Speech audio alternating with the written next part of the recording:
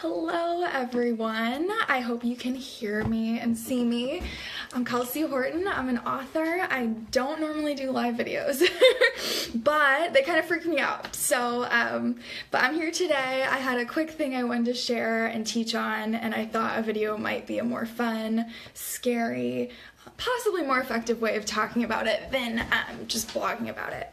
So I'm an author, I'm a creative empowerment coach, and I have a quick tip on finding your voice.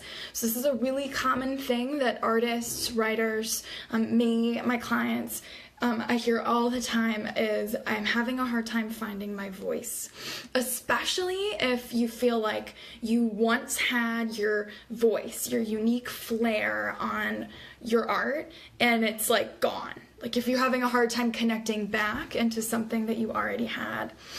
So we're going to talk about your voice for a second. The idea behind an artistic voice is that someone could be so connected to their own creativity that when they make something, you can basically tell they made it.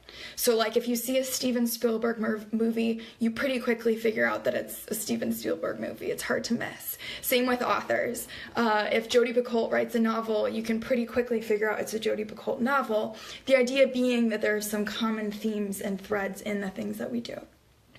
So your voice is your own unique voice is the good news, but it's also not static.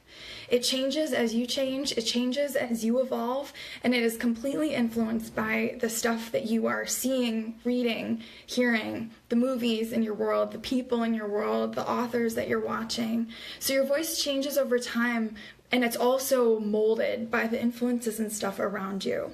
So that's why it can feel really hard and really frustrating if we feel like we used to have this flair, we used to have this vibe, we used to have this voice of our own, and we can't find it again. It can be really hard and really, really frustrating to anchor back into it. So there's a million things you can do to get back and find your voice again.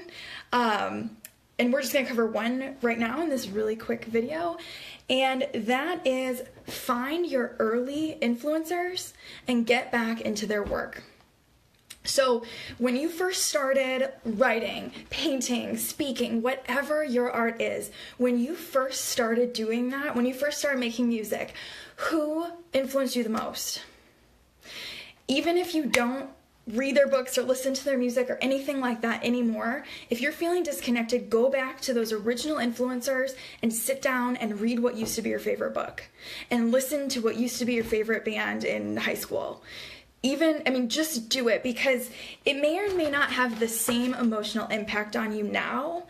Actually, I would say it probably won't. It probably won't have the same emotional jarring impact on you today that it used to, but what it will do is connect you back into who you were when you were developing your voice at the very beginning.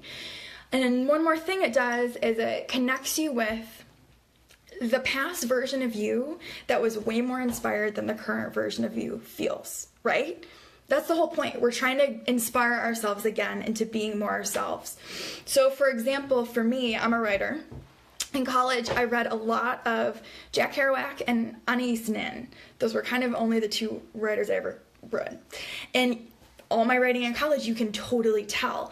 Those are two authors who are known for being poetic and really flowery and really rambly, but not at all structured.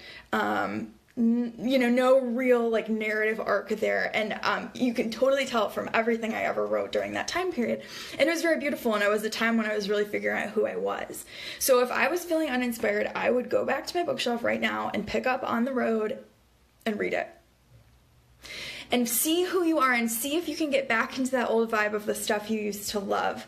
You're rooting back into the energy of yourself as an artist and sort of just getting back to your roots. So thank you all for this quick video. As I said, videos make me so nervous. I feel so awkward, but I did think this was one of those things that's easier to just talk about rather than write a whole blog about it.